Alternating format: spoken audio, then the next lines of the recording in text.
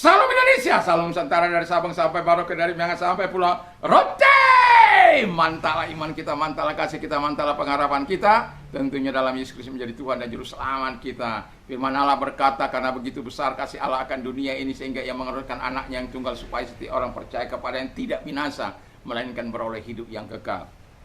Dan Yesus sudah berkata, akulah jalan dan kebenaran dari hidup.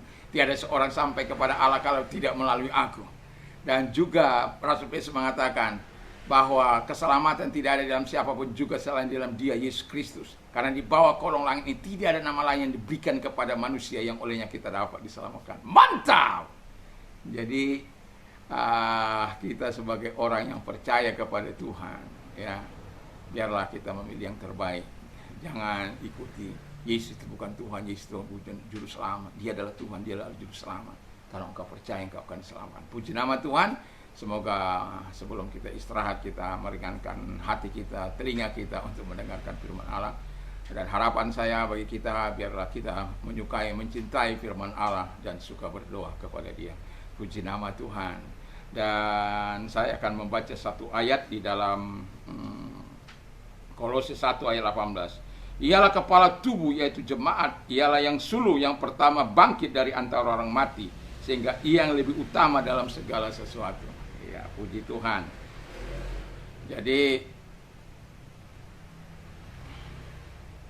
ini saya masih menyinggung soal keyakinan, kepercayaan kita kepada Tuhan. Yesterday, today, and forever. Ya, yesterday, today, and forever, we trust Jesus. Jadi kemarin, hari ini, maupun selama-lamanya, atau besok, terus besok, kita akan terus percaya. Sehingga ketika kita disambut oleh Tuhan, ajal menjemput kita, ya kita katakan goodbye sayonara dunia, kita berada bersama dengan Yesus Kristus. Bukan berada di suatu tempat yang asing, ya, tapi kita bersama dengan Dia, karena kita percaya kepada Dia. Puji nama Tuhan. Jadi ketika kita percaya kepada Tuhan, saya mau katakan yang pertama, hiduplah dalam persekutuan yang erat dengan Tuhan hari lepas hari. Ya, ini karena kemarin dengan keterbatasan waktu, hidup percaya dengan Tuhan, ya, itu bukan hal yang mudah. Ya. Nah, di sini lanjutannya sebenarnya, tetapi saya akan tetap memberikan judul yang berbeda. Hidup dalam persekutuan yang erat dengan Tuhan itu hari lepas hari, melalui doa-doa kita. Ya, saya tidak tahu, tapi saya sudah pernah mengatakan kepada kita, ada special time kita yang kita berikan kepada Tuhan.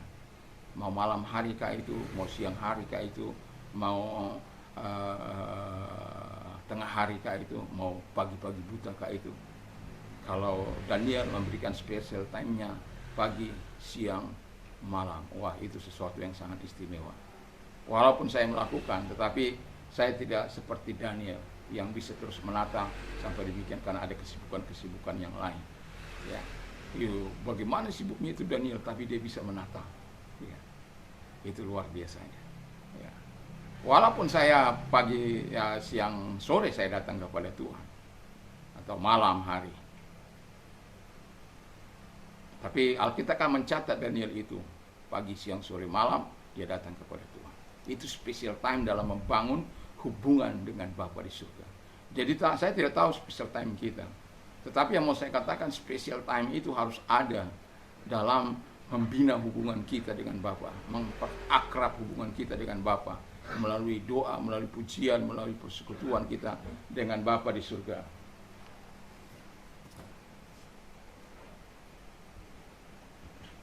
Itu anjing saya ada ribut dia, jadi perlu maaf. Ya, jadi dalam kehidupan ini kita perlu membangun hubungan kita, persekutuan kita dengan Tuhan. Ya, itu sebabnya kadangkala pagi-pagi dini, pada saat belum fajar menyingsing, kita datang kepada Tuhan, karena Yesus mengajar kita demikian. Ya, kalau yang biasa saya lakukan itu jam 4 pagi, datang kepada Tuhan, menyerahkan diri kepada Tuhan, sampai nanti jam 6 bersama dengan anak-anak pribadi, dengan istri dan teman-teman, dan juga dengan keluarga. Saya sadar bahwa kekuatan saya tidak ada, tetapi saya tahu bahwa kalau kita datang dengan kepada Tuhan, dan itu sebabnya orang-orang yang sadar akan ketidakmampuannya, dia akan bergantung sepenuhnya kepada Tuhan. Di mana kita saat bergantung sepenuhnya kepada Tuhan? Ya saat kita mengadakan persekutuan kita dengan Tuhan. Disitulah kita minta pertolongan Tuhan. Disitulah kita menyatakan ketidakberdayaan kita. Bukan kuat atau gagah Simon. Bukan kuat atau gagah kita. Bukan kuat atau gagah orang percaya. Tetapi oleh roh Tuhan. Dan itu harus kita sadari. Yang kedua, menerima Kristus sebagai kepala hidup kita. Ya. Jadi dia harus menjadi kepala dalam hidup kita, bukan kita menjadi kepala. Jadi dia harus mengontrol, mengendalikan pikiran kita, hidup kita. Dan dia harus mengontrol arah hidup kita. Karena dia menjadi kepala. Jadi kalau dia menjadi kepala, ya kita harus tunduk dong, kita harus taat kepada junjungan kita itu. Yang lalu saya pernah berkata, siapa master kita dalam hidup ini? Siapa Tuhan kita? Siapa Tuhan kita dalam hidup ini? Akan menentukan arah hidupnya. Jadi kalau Tuhan kita adalah Yesus, Allah, Roh Kudus, maka kita nggak akan tersesat dalam dunia ini. Kalaupun ada gangguan, kalaupun ada hal-hal yang mencoba menyesatkan kita, dia akan ingatkan kita terlebih dahulu. Nggak akan mungkin ujuk-ujuk bisa terjadi demikian, tidak. Saya yakini, karena apa? Ada kadangkala misalnya di luar kendali saya, itu pasti Roh Kudus akan menyatakan sesuatu. Supaya apa? Supaya kita tidak melakukannya. Dia ingin kita tetap dalam kendalinya. Dia ingin kita tetap melakukan dengan cara-caranya. Memang nggak mudah. Ya kadang kebablasan juga kan. Lolos.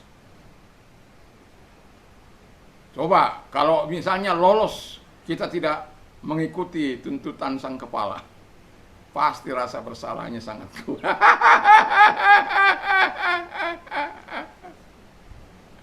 Oh, kita bilang ampuni saya Tuhan, saya hilaf, saya ini, wah itu.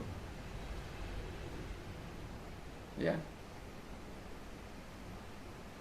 Jadi, ya itulah kehidupan ini. Kita harus melakukan yang terbaik dalam hidup ini. Kita harus melakukan hal-hal yang baik dalam hidup ini. Sehingga ketika kita menerima Kristus, dia menjadi Tuhan, menjadi kepala dalam hidup kita. Kan kalau dalam Kolose 2 ayat 6 dan 7, kita setelah menerima dia sebagai Tuhan dan kepala, kan sudah saya sampaikan. Kita harus berakar di dalam dia, dibangun di dalam dia, bertambah teguh dalam iman dalam dia. Lalu kemudian kita penuh dengan ucapan syukur, ya, bertambah teguh dalam iman, berlimpah dengan ucapan syukur, karena itulah tanda orang percaya. Dan itu karena kita memiliki persekutuan yang spesial dengan Tuhan. Gak akan mungkin bisa ujuk-ujuk kita berakar dalam dan berbuah manis, gak mungkin, ya. Itu kita lihat orang-orang yang tidak mau berakar ke dalam, cetek. Biar sudah hamba Tuhan, padahal hanya sebagai gurauan saja, kadang-kadang bisa sakit hati dia. Ceteknya hubungannya dengan Tuhan. Nggak tahu mana dia membedakan mana gurauan, mana serius, mana bullying, ya.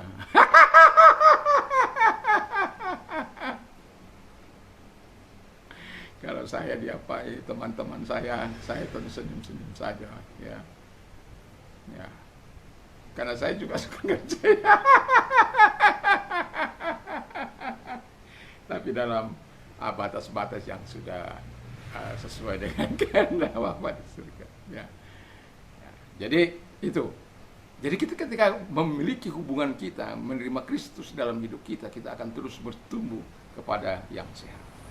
Yang ketiga, kata firman Allah dikatakan, alami dan demonstrasikan kuasa Allah, kuasa Roh Kudus di dalam hidupmu. Apakah kita mengalami kuasa itu? Itu pertanyaan saya. Saya mau bilang, akibat intimnya kita dengan Tuhan, kuasa itu mengalir dengan sendirinya dalam hidup kita.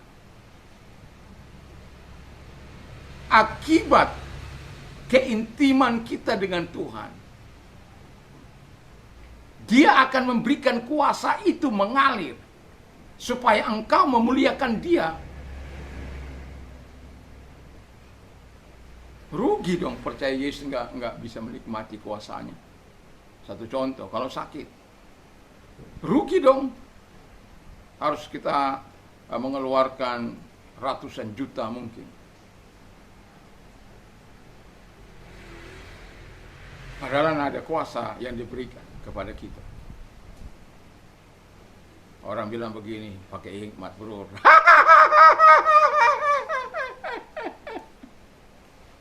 Pakai hikmat. Kita ini diberikan hikmat akal budi. Saya sih tidak mempersalahkan orang yang memakai hikmat dan akal budi itu. Buat apa saya mempersalahkan mereka?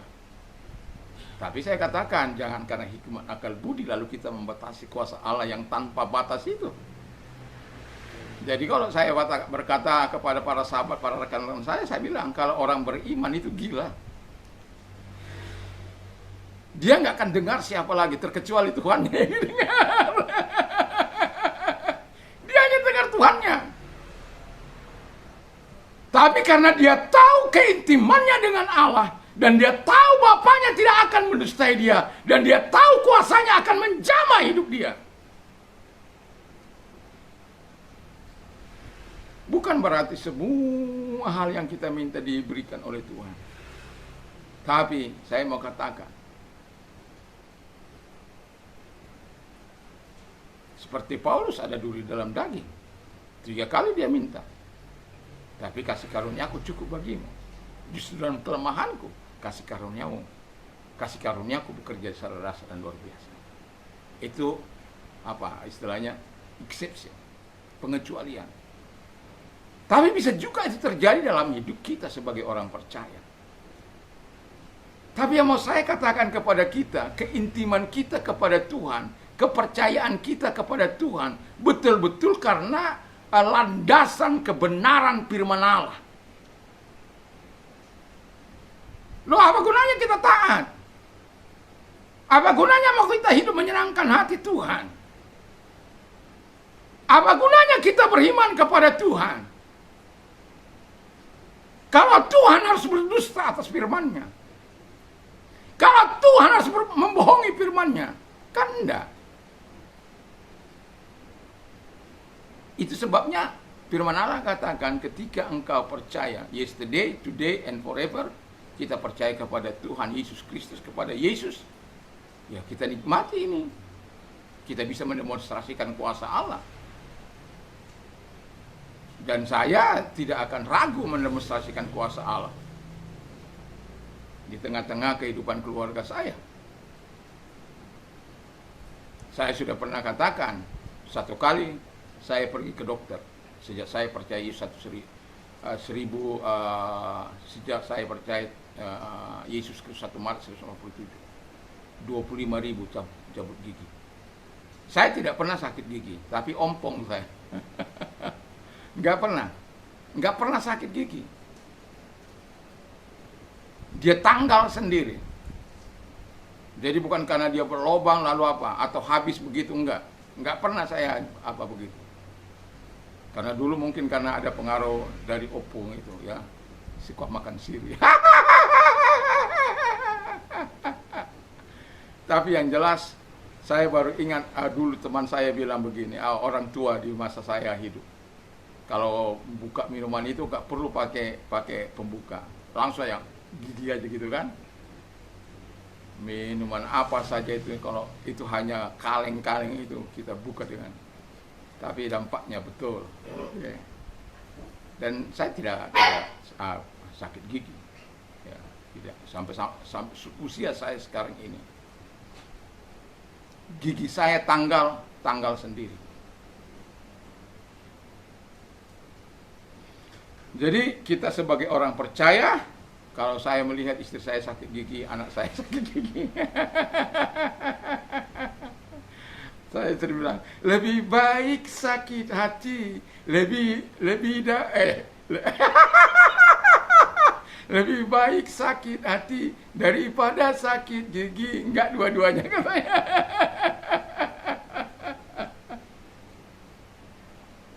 Ya enggak boleh dua-dua. Ya lebih baik enggak usah sakit hati, enggak usah sakit gigi. Itu benar itu. Ya. Rasakan kasih dan kuasanya. Itu yang mau saya bilang. Itu sebabnya perlu kita membangun keintiman kita dengan Tuhan. Orang tidak tahu bagaimana intimnya kita dengan Tuhan. Tapi engkau dapat merasakan hari demi hari. Dari detik ke menit, dari menit ke jam, dari jam ke hari. Dari hari ke bulan, dari bulan ke tahun. Dari hari ke minggu, minggu ke bulan, bulan ke tahun. Tahun ke tahun berikutnya. Mantap! Jadi ya, yesterday, today, and forever, mari kita percaya terus kepada Tuhan Yesus Kristus. Mari kita tunduk kepada kita berdoa. Terima kasih Tuhan, biarkan kami menikmati kasih dan kuasa-Mu dalam hidup ini. Dan kalau engkau sakit, saya mau berdoa bagimu. Dalam nama Yesus, segala sakit, penyakit yang kau derita, aku perintahkan keluar. Dan oleh pilu-pilu daripada Tuhan Yesus, engkau sembuh oleh kuasanya, engkau sembuh dalam nama Yesus Kristus. Terima kasih Tuhan. Dan kami juga mendoakan mereka yang beban-beban berat. Dan kami berdoa kepada mereka, kalau engkau orangnya, mari ingat bahwa Tuhan adalah Tuhan yang dahsyat, yang maha kuasa, yang mampu menolong engkau. Serahkan semua ke dalam tangan Tuhan. Dalam nama Tuhan Yesus Kristus, segala keadaan mereka, situasi berat mereka, situasi kondisi berat mereka, di dalam nama Yesus, Kau menolong mereka di dalam nama Yesus. Biarlah engkau Allah yang baik, yang luar biasa itu ada dalam kehidupan mereka, dan mereka menikmati segala pertolongan Tuhan, menikmati segala kasih Tuhan dalam kehidupan mereka, sehingga mereka memuliakan Engkau. Karena Engkau berkata, berserulah kepadaku pada waktu kusesakan, aku akan meluputkan Engkau dan Engkau akan memuliakan aku. Amin Tuhan, kami percaya, kami berseru kepadamu, Kau luputkan mereka dan kami memuliakan Engkau. Dalam nama Yesus, haleluya. Amin. Selamat malam, selamat beristirahat tentu bersama dengan Tuhan, supaya deep sleep-nya Tuhan tetap bersama dengan kita. Mantap, mantap, mantap.